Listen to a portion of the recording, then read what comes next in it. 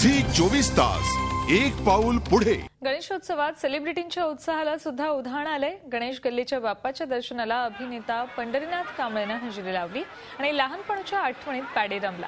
सगळ्यांना सुखी कर अशी मागणी त्यानं गणरायाकडे केली।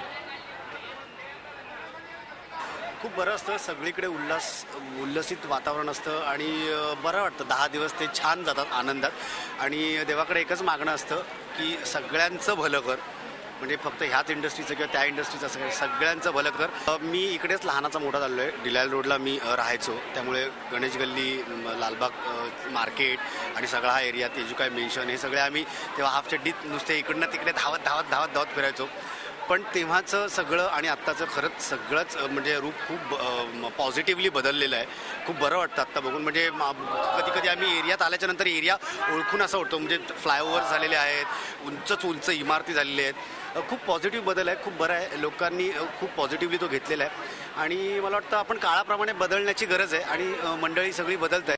महेश कोठारे यांनी गणेश गल्लीच्या मुंबईच्या राजाचं दर्शन घेतलं। दरवर्षी ते आवर्जून गणेश गल्लीच्या बाप्पाचं दर्शन घ्यायला येतात। यंदाही त्यांनी बाप्पाकडे साकडं घातलं, ते मराठी सिनेसृष्टीच्या भरभराटीसाठी।